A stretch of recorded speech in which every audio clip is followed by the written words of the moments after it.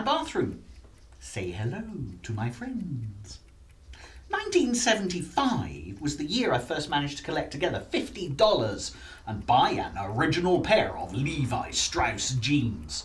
Following the vagaries of fashion, naturally, I covered them with toilet cleaner and then jumped in a bath to make them shrink to fit. It was a good year. That was the year also that I first saw our featured band today, Pink Floyd, live at Knebworth. Probably one of the greatest rock concerts ever. But more of that later. 7.5 hours exactly. These jeans should now be perfect. All I have to do is find my 70s tie and dye t-shirt. I'm sure it'll still fit. What do you guys think? Reckon we're on?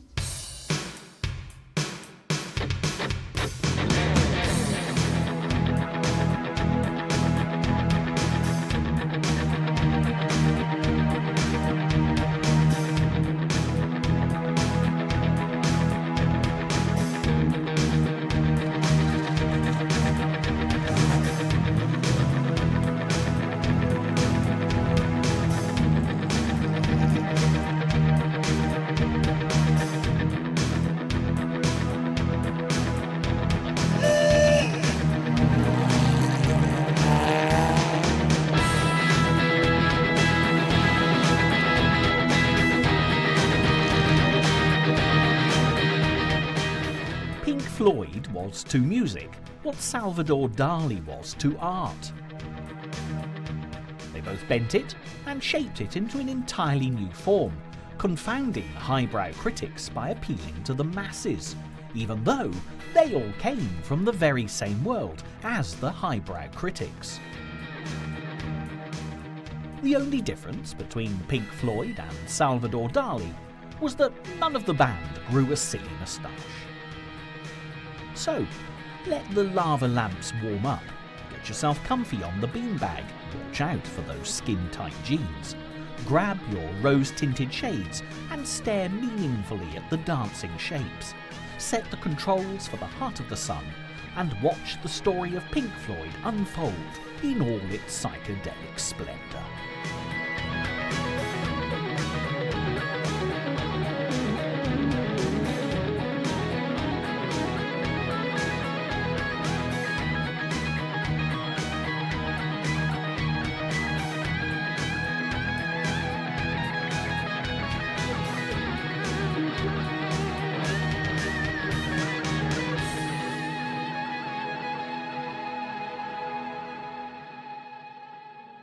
Cambridge, England, is a town dominated by its famous university, a city awash with visual splendour and a rich history.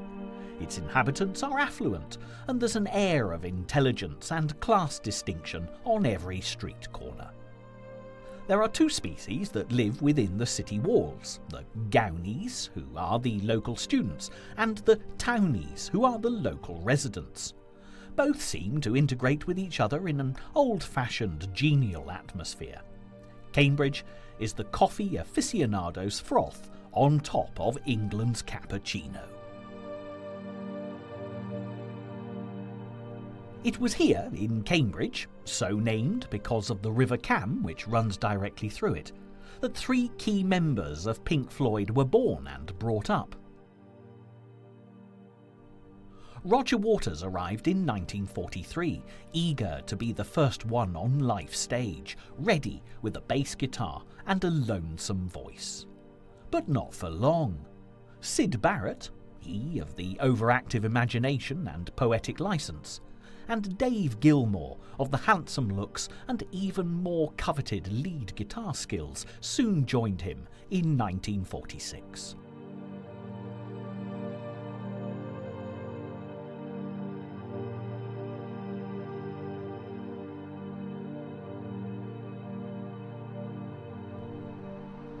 Meanwhile, in 1945, two more members waited in the not-too-distant wings of London to join the party. Nick Mason drummed himself out in Birmingham, son of a very affluent family who lived in a sprawling mansion on Downshire Hill, Hampstead. He wasn't so much born with a silver spoon in his mouth as the whole cutlery service.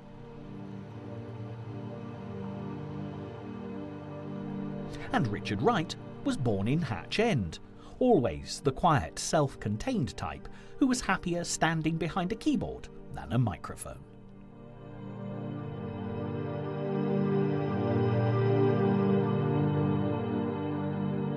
None of them had a difficult childhood or poverty-stricken background that spurred them on to later success. In fact, Pink Floyd's seemingly laid-back attitude, their soft music and heavenly vocals, perhaps came from the fact that they didn't yearn to break out of suburbia, unlike many contemporaries who rose from troubled roots to become working-class heroes.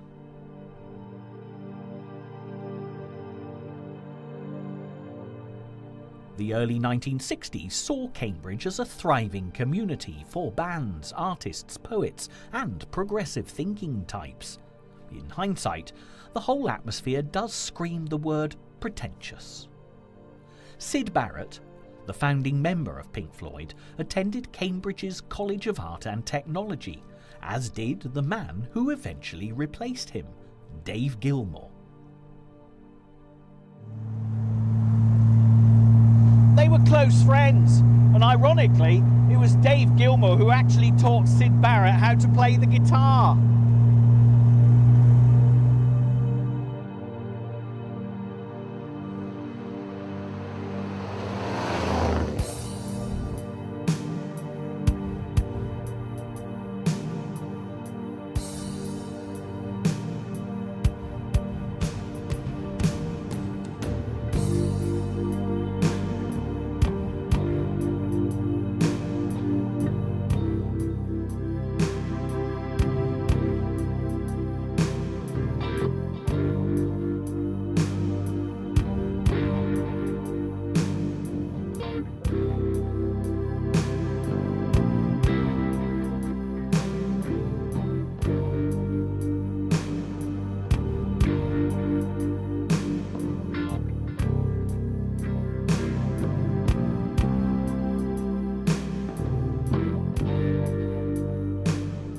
Meanwhile, at Regent Street Polytechnic, London, England, Roger Waters formed a band called Sigma 6 with a lineup that included Nick Mason and Richard Wright.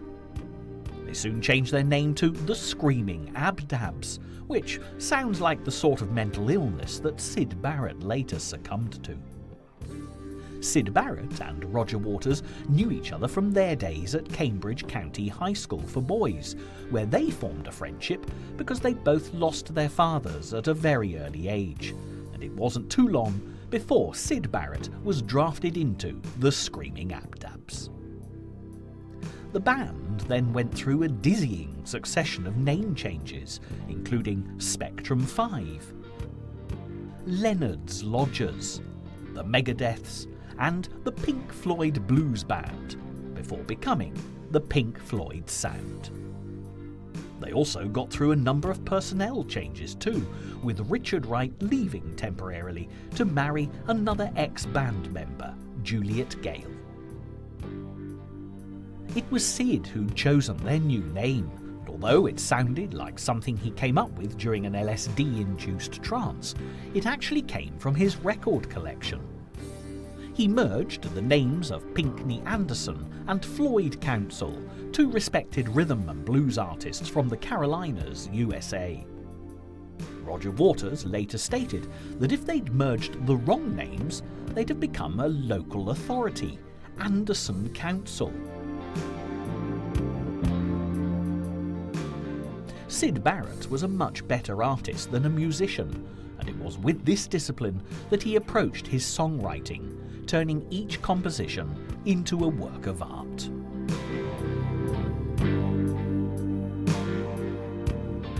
As the Pink Floyd sound emerged, Dave Gilmour was having more success with a conventional covers band called Joker's Wild, which had already attracted interest from record companies and had a serious fan following.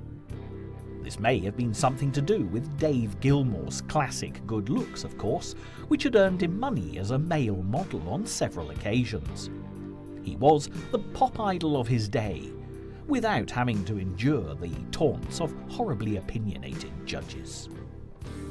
Both bands would often alternate as opening acts for each other in Cambridge and in London, with the notable exception of a large private party in Great Shelford, Cambridgeshire, where both of them had the opening act of a little-known and not well-received folk artist called Paul Simon. History doesn't recall whether it was Syd Barrett who advised him to get a taller partner with taller hair so they could make music with more art involved. But it was certainly a move that proved to be a bridge over troubled water.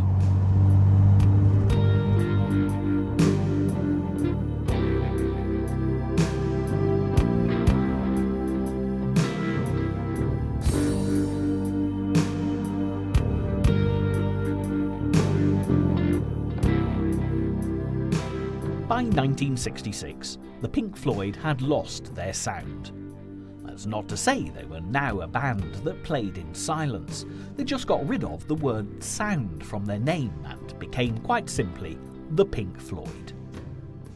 Using this name, they became very well known due to a series of gigs called Giant Mystery Happening. These gigs took place at the legendary Marquee Club, which occupied various locations in London, and has recently been revived with a 21st century transformation. This venue would play host to all the great bands of the 1960s and 70s, showcasing the birth and rise of the British music scene. The giant mystery happening here was that anyone attended the gigs at all, being as they weren't publicised in any way whatsoever. The main thing that singled these shows out was the emergence of the Pink Floyd as the soundtrack to Alternative London, a trendy set of artists who championed anything different or avant-garde. Of course, taking copious amounts of drugs would have made anything seem alternative, and this was very much part of the London scene. Soon, the Pink Floyd came to the attention of Peter Jenner, John Hopkins, Andrew King and Joe Boyd, advocators and benefactors of the London Free School, which adhered to ideals set up by London's turn-on, tune-in, drop-out counterculture. They helped the Pink Floyd get their first official professional gig. The London Free School was located in a basement flat at 26 Powis Terrace, Notting Hill, London, where it ran the very first Notting Hill Carnival to raise awareness of drugs and the often ignored black population. It also produced the International Times newspaper, which was a non-political mouthpiece for music, literature, art, social issues, and the growing drug culture. They championed the Pink Floyd and introduced the famous psychedelic light show to their stage performances, which brought not only an extra dimension to the Pink Floyd's freeform instrumental experimentation, but also increased the effects of any hallucinogenic drug taken by the audience.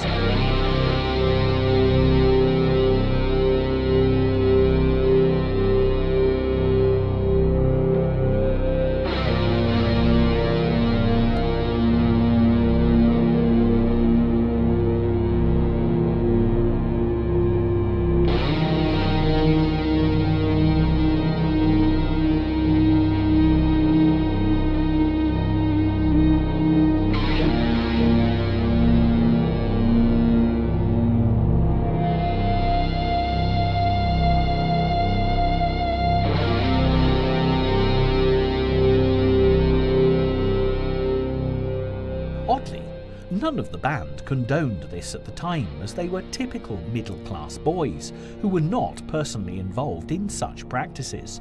And it wasn't until later that Syd Barrett became hooked on stimulants that, sadly, exacerbated a fragile mental state to the point of meltdown. Because of the hype and the buzz surrounding the Pink Floyd in and amongst the London scene, record companies fell over themselves to sign them. Columbia, a subsidiary record label of the mighty EMI, offered the most creative freedom for the band, and they soon signed for them. Sidney Arthur Beecher Stevens was the man who got their signatures. He was the same man who turned down the Beatles a couple of years earlier, and he wasn't about to make the same mistake twice.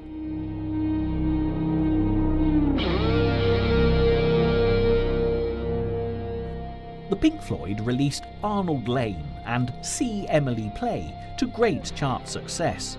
Both Syd Barrett penned lyrical oddities. Ironically, these songs contained none of their experimental sound that made them such a hit on the London circuit. As soon as they began touring, audiences were confused and angry, expecting to hear lyrical, folk-like ditties, and instead coming up against a wall of white noise. They often rioted or demanded their money back. By the time The Piper at the Gates of Dawn, their critically acclaimed first album, was released, they'd struck a balance between psychedelic songs and freak-out instrumentals.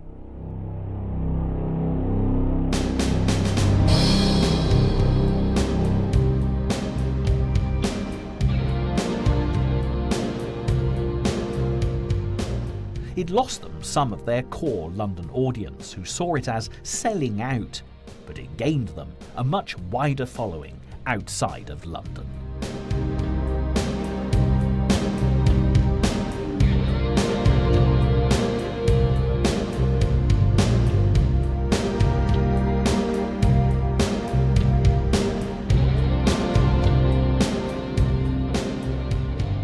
Syd Barrett, the initial creative force behind the Pink Floyd, was the door through which the other members stepped out into fame and fortune. Sadly, the door was becoming unhinged. Syd was taking acid tablets as if they were vitamin pills. Peter Brown, famed poet and lyricist for the legendary supergroup Cream, remarked that such drugs were lethal to someone with an imaginative mind. People who had no imagination would perhaps acquire one through LSD. However, people with an overactive imagination, like Syd Barrett, could easily be pushed over the edge and beyond the reach of reason.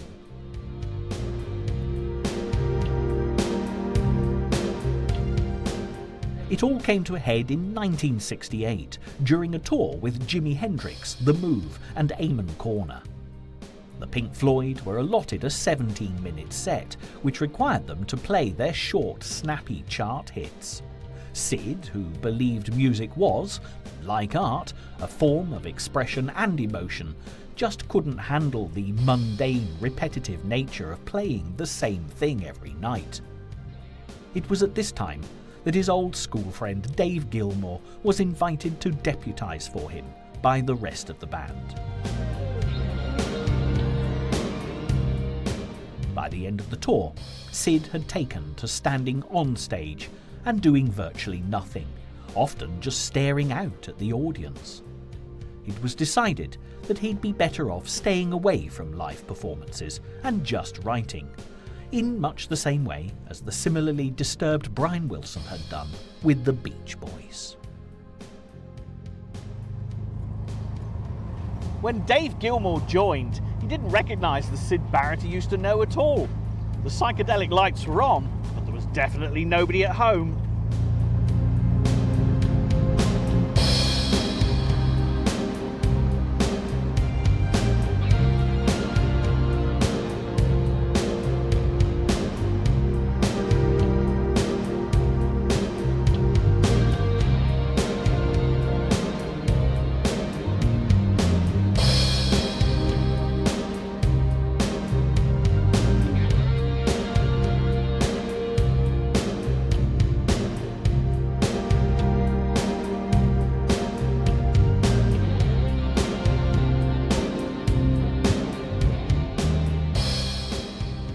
Syd Barrett officially left the band in 1968, taking with him the word "the" from their name.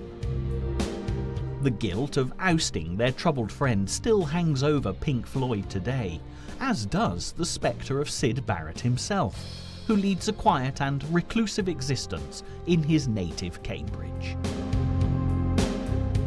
Roger Waters, being the tallest, oldest and most egocentric, took over the leadership of Pink Floyd, believing that even without Sid, they could continue to be a dominant and successful band. However, 2 subsequent singles flopped badly, and Pink Floyd began looking shakier than the 6-foot jello they used to offer up at their early stage shows.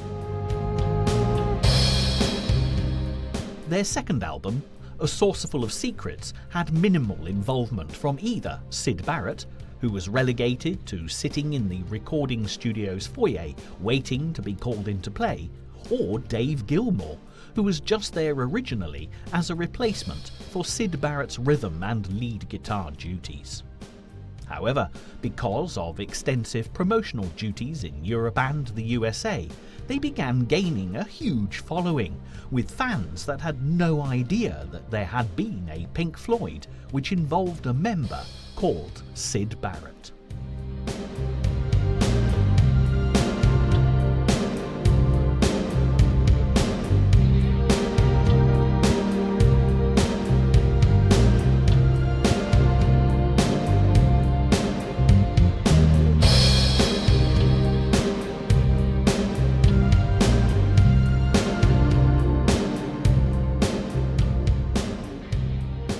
Syd Barrett gained a cult following that still exists to this day, including a Syd Barrett Appreciation Society.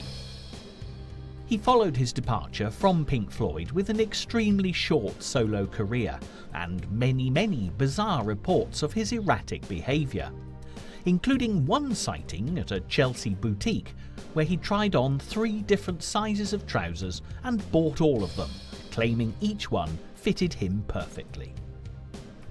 Many artists as diverse as David Bowie, Robin Hitchcock and R.E.M. cite him as an influence, and all have recorded his compositions.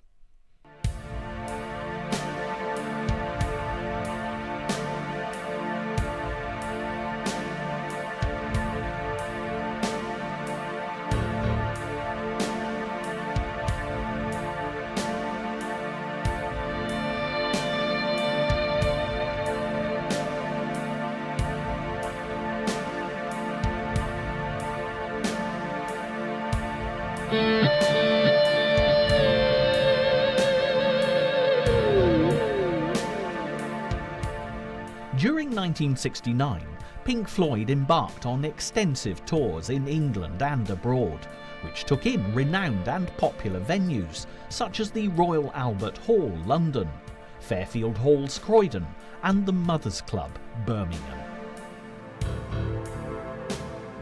This resulted in a new double album, half of which included a recording of them as live from their tour, called Ummagumma. The title was not a little-known African tribe who played progressive rock music on the shrunken heads of missionaries, but it alluded to the Cambridge slang word for copulation. Not quite as catchy when saddled with the New Age philosophy of the late 1960s. Free Ummagumma doesn't have the same ring to it as free love. Imagine asking someone if they fancied a quick Ummagumma.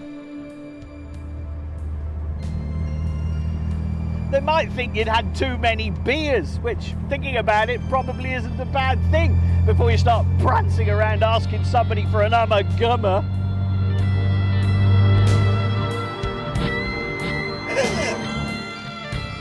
Pink Floyd were now also being asked to score soundtracks for French and English films. In one very popular coup, they were asked to score the soundtrack to the live televised event of the Apollo 11 moon landings, which gained them massive exposure.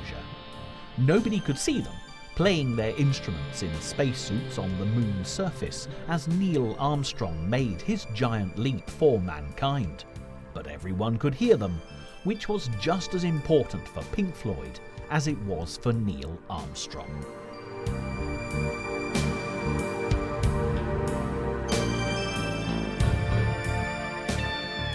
During the early 1970s, Their next two albums, Atom Heart Mother and Medal, would establish Pink Floyd as a growing phenomenon.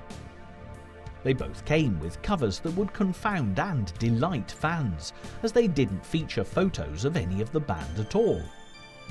Atom Heart Mother came with a photo of a cow stood in a field, whereas Medal featured a close-up photograph of a human ear submerged in water. Both were in keeping with their already established sense of the absurd. From then on, the covers of Pink Floyd albums would be the work of Storm Thorgerson and his artistic company, Hipgnosis. My first photographic studio was one vacated by Storm in the famous Tin Pan Alley of London, otherwise called Denmark Street. Medal boasted two instant classics that would become live stalwarts played at every Pink Floyd concert. One was called Echoes, which started out as a 20-minute piece composed by Pink Floyd as a whole album, before being whittled down to the aforementioned song.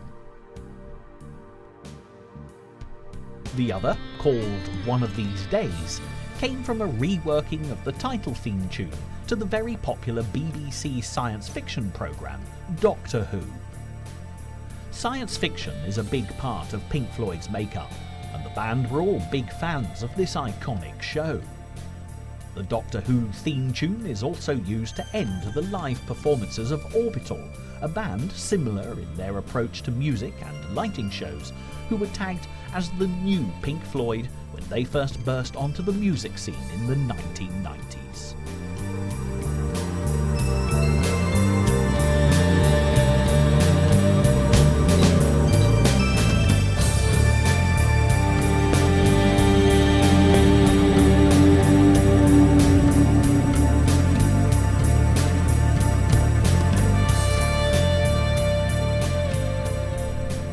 They recorded a Pink Floyd Live at Pompeii concert film, which was shot entirely in an empty amphitheatre, with shots of the Vesuvius volcano that had eradicated the original audience a long time ago. Originally commissioned for European television, the art house feel made it an instant success at the world-famous Edinburgh Festival in Scotland.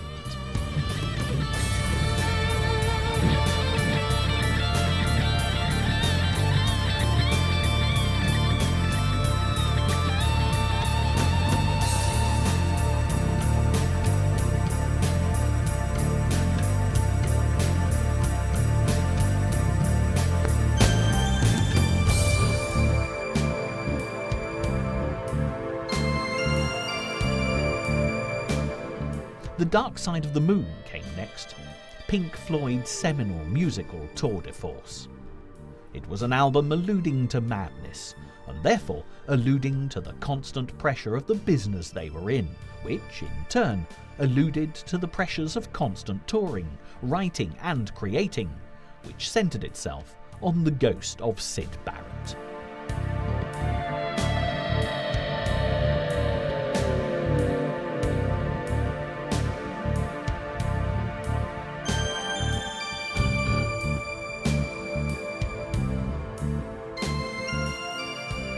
Although it focused on the shadow of Syd, it was the album that finally broke all ties with his vision of what Pink Floyd should be. It was an album that was effectively road-tested like a new car during long concert tours, playing nothing but this new material. The final pre-album release of a showcase was at the Rainbow Theatre, a luxurious venue opened in 1930 in Finsbury Park, London, which, like the Marquee Club, played host to all the big names of the 1960s and 1970s.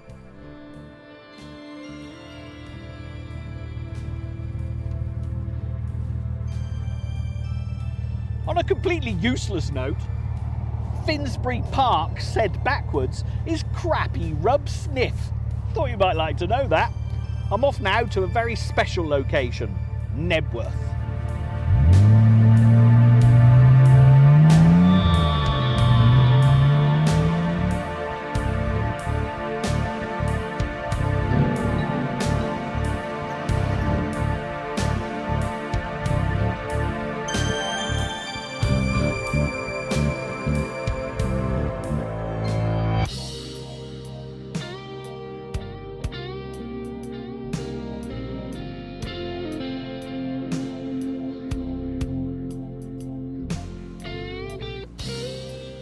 It's the 5th of July 2005, and 30 years ago today, iconic promoter Freddie Bannister brought Pink Floyd to a stage here at Knebworth Park and ripped the mind out of 100,000 people. I was one of those 100,000. And this is exactly where I sat! 30 years later, we shall now attempt to maintain a little bit of dignity as we extract a slightly portly 47-year-old man who has been wedged into his kit car. And then I'll have a go at describing exactly what it was like here all those years ago. Right then, buttocks first.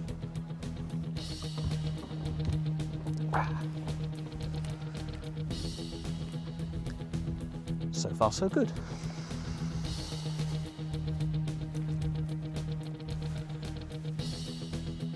Stage. Great big thing, 60 odd yards. Bands, roadies, engineers, all that stuff. Racks and stacks of everything, lights all over the place, smoke, fireworks, bits and pieces. I'm probably standing where Dave Gilmour did. Up there was a 50-foot pole. It might have been more, I have no idea. It was a great big pole and I don't even know what it was for at the time. Anyway, we're all sitting there and Captain Beefheart is doing his Captain Beefheart thing and Roy Harper is doing his Roy Harper thing and Steve Miller is doing his Joker thing. And suddenly everybody starts hooray in the middle of the crowd.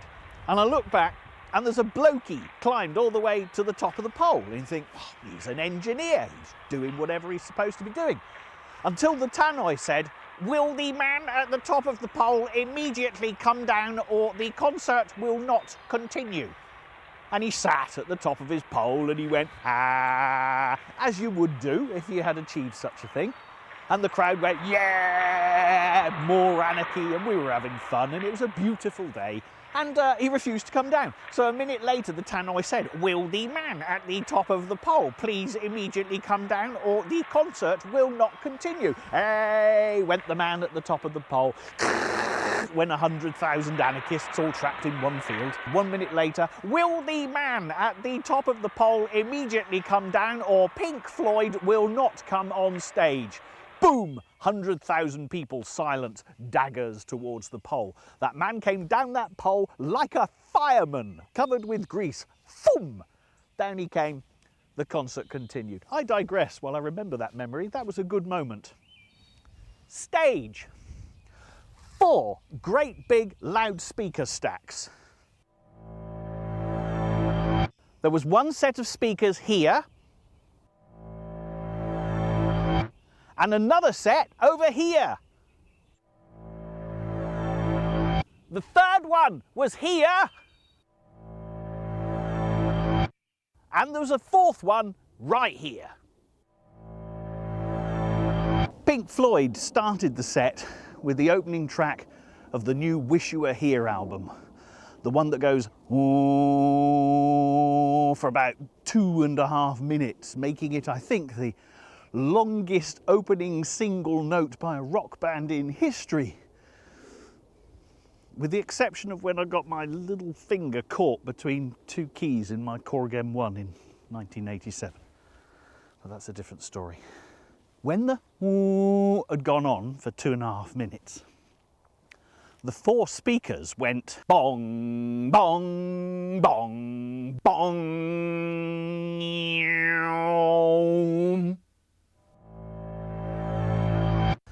I believe it was the first time they used quadraphonic sound in a rock concert. 100,000 people went mental. After they finished the Wish You Were Here set, we went into the Dark Side of the Moon set. Huge, big round screen.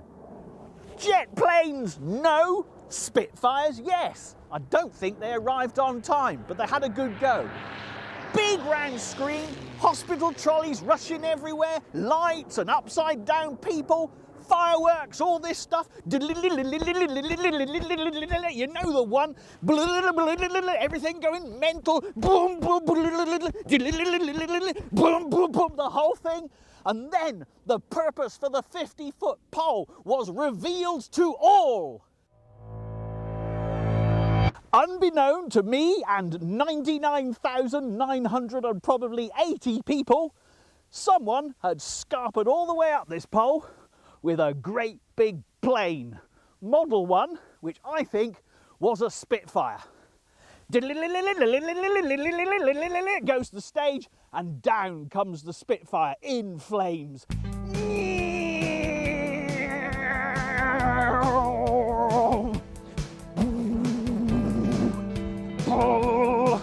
We start to see it.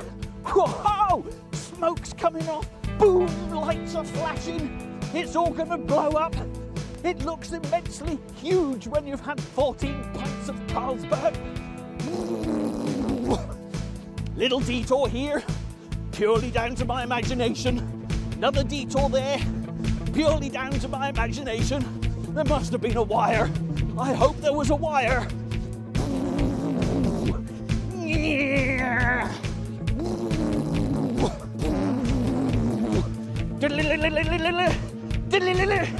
Yes, we're gonna make it.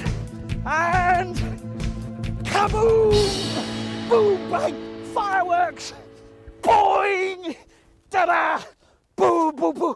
The gong! Bang! The big screen! Whoosh! Bang! Wallop! We went mental. The evening drifted into a beautiful, starlit, wind-free, warm night. The lighting took over, and so did the music. 100,000 people here were absolutely in awe and at complete peace with their surroundings. It was unforgettable, and for me it must be one of the top 10 memories in an extremely busy life. I didn't know what they would do for an encore, didn't even think about it, it was too busy, hoo, hoo, hoo, in a way as you do. And the crowd went silent and the stage went silent. And then they played one single note. Ping!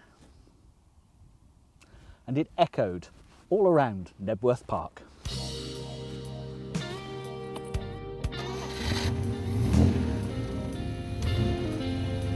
Ping!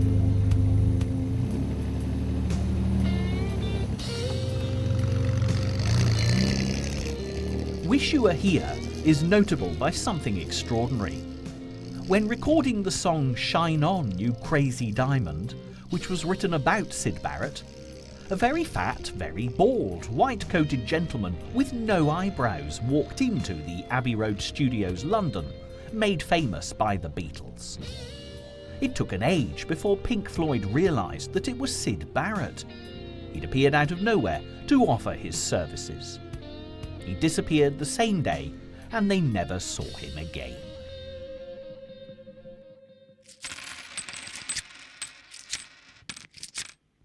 Tensions within the band were becoming increasingly fraught due to the divide between all four musicians.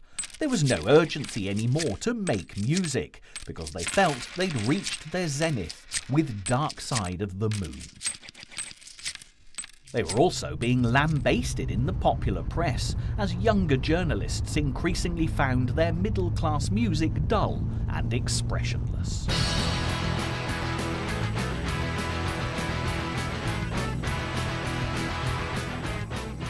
The British punk invasion had arrived, with garage bands more concerned with putting their aggression and dissatisfaction on albums than with the ability to actually play their instruments. Pink Floyd's next album, Animals, was a reaction to press criticism and punk's angry mob. It was stark, angry, and far removed from the slickness of their previous productions.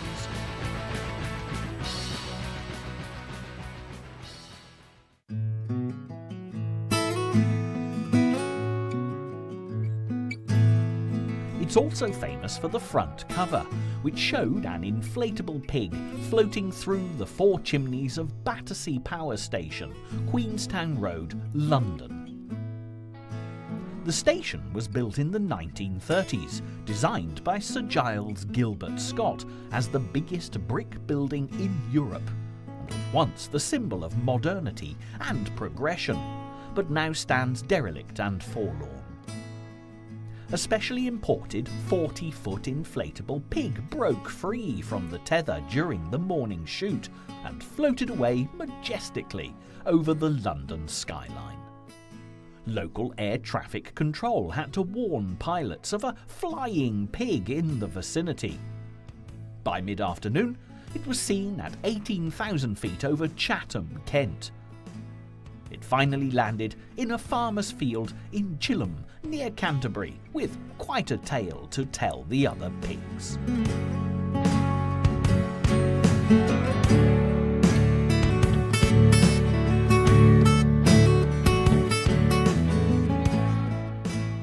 After Animals, and the subsequent tour which saw Pink Floyd playing such big venues that they felt alienated and isolated from their audience, they effectively broke up to pursue solo ventures. Because of their massive income from record sales and concert tours, Pink Floyd had deposited their money with investment brokers Norton Warburg to try and reduce their tax liability.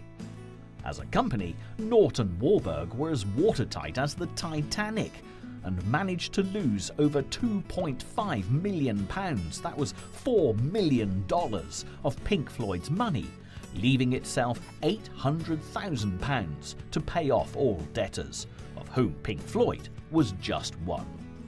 To put it bluntly, Pink Floyd were faced with bankruptcy and a huge tax bill. So, Roger Waters reconvened the band with two ideas for a concept album. They chose the one called The Wall. From the very beginning, they hoped this project would evolve into three things: a tour which would be more of a theatre show than a pop concert, an album that would surpass all that had gone before it, and a film that would carry important moral messages and social debates. The ideas behind The Wall were all semi-autobiographical. The central character of Pink Floyd was a lead singer in a band, and it often depicted real events in Roger Waters' turbulent life, ranging from the death of the father he never knew in the Second World War to the teachers that had bullied him in his early life. Each time something bad happened, another brick would be built in the wall around him. The eventual descent into madness and megalomania were partly drawn from Syd Barrett's unhappy demise into reclusive mental illness, and partly drawn from Roger Waters' own rampant ego and controlling nature.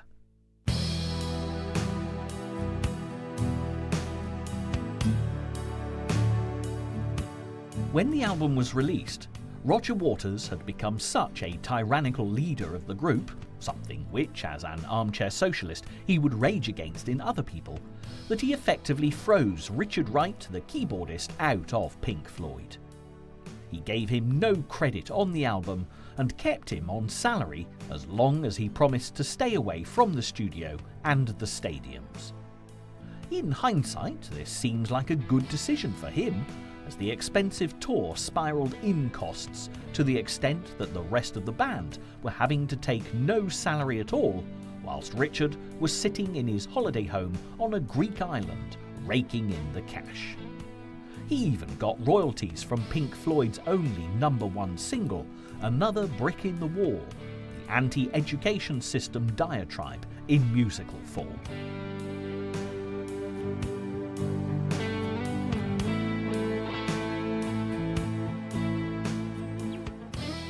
With the album and the tour completed, the film was the final thing to appear.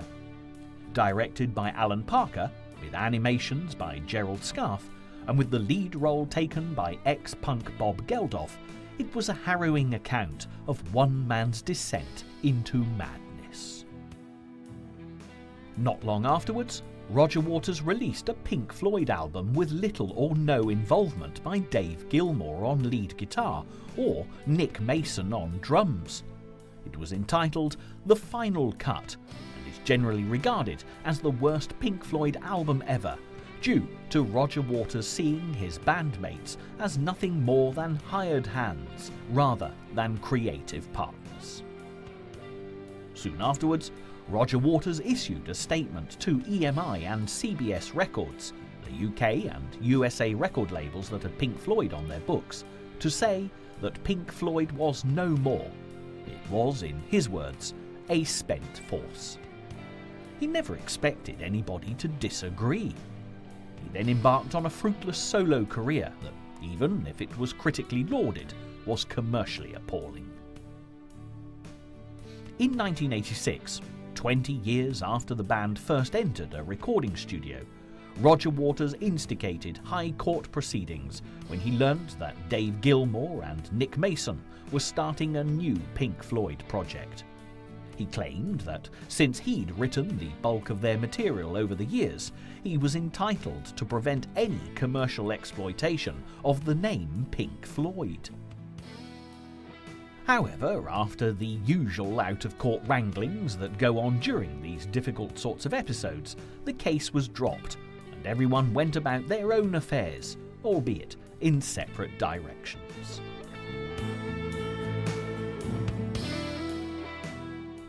Dave Gilmour and Nick Mason released the new Pink Floyd album entitled A Momentary Lapse of Reason in 1987. For legal reasons, Richard Wright jumped back on board only as a salaried member of the band. It was a commercial and critical success, but Roger Waters was the most voracious critic of the new album, lambasting it for the use of too many session musicians.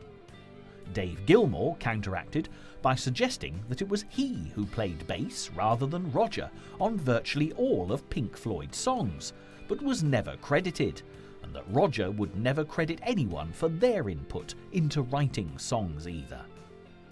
It was a classic case of throwing toys out of baby carriages at each other, or, to corrupt a classic Richard Burton war film title, Where Egos Dare.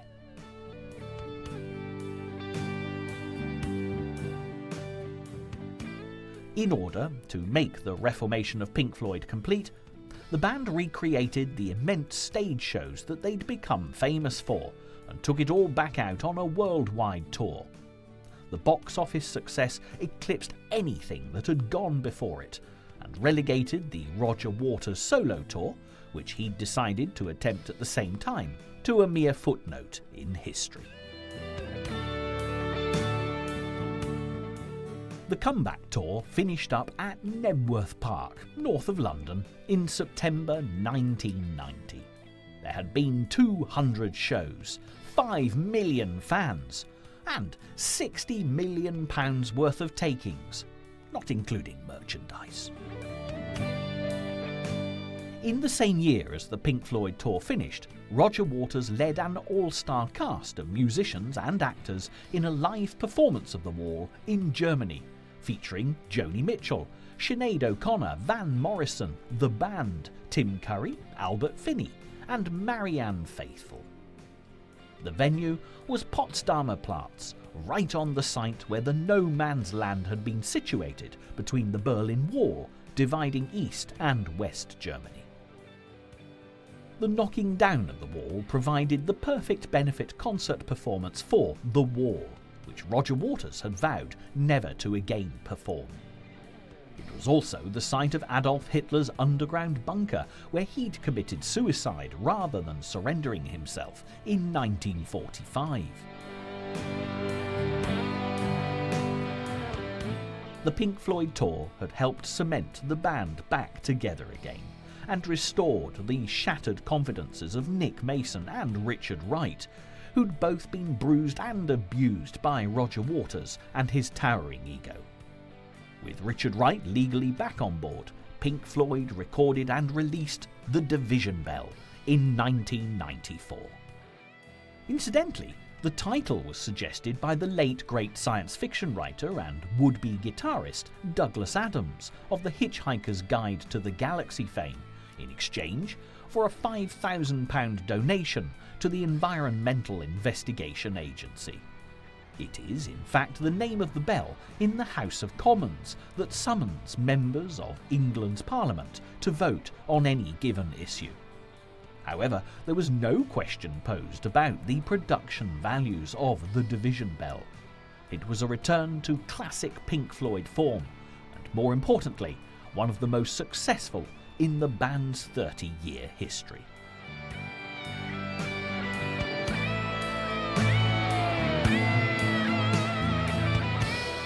Both A Momentary Lapse of Reason and The Division Bell were recorded on Dave Gilmour's luxury houseboat cum studio, the Astoria, which is moored on the Thames River, London, England, right next to Hurst Park, the site of the first ever cricket match and the first game of golf to be played in 1731 and 1758 respectively. The houseboat was built in 1913 for the theatrical impresario Fred Karno, the man who took his troupe of acrobats and comedians to America and introduced the world to Charlie Chaplin and Stan Laurel.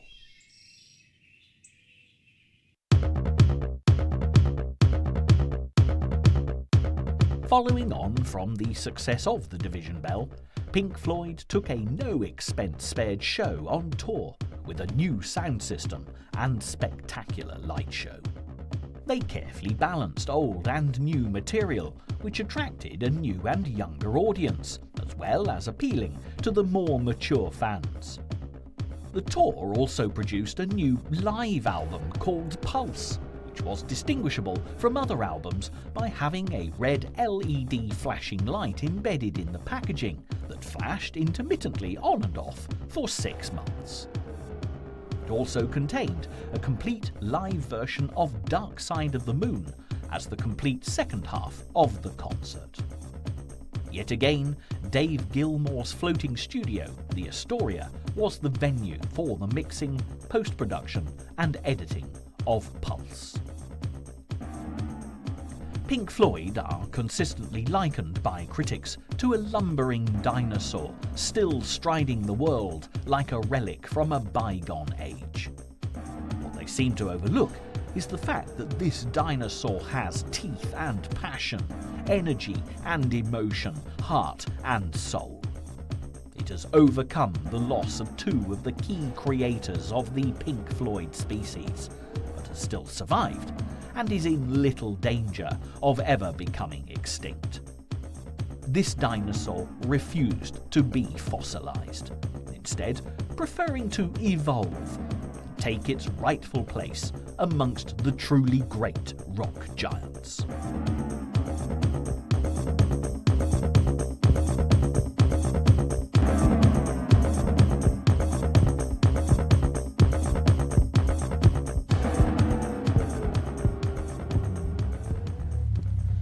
There's a footnote to this tale. As a result of Bob Geldof's cry to the people through Live 8, Pink Floyd put aside 20 years of differences, and Messrs. Wright, Waters, Gilmour and Mason recreated some dinosaur DNA and rocked again at Hyde Park for the very last time. Or was it?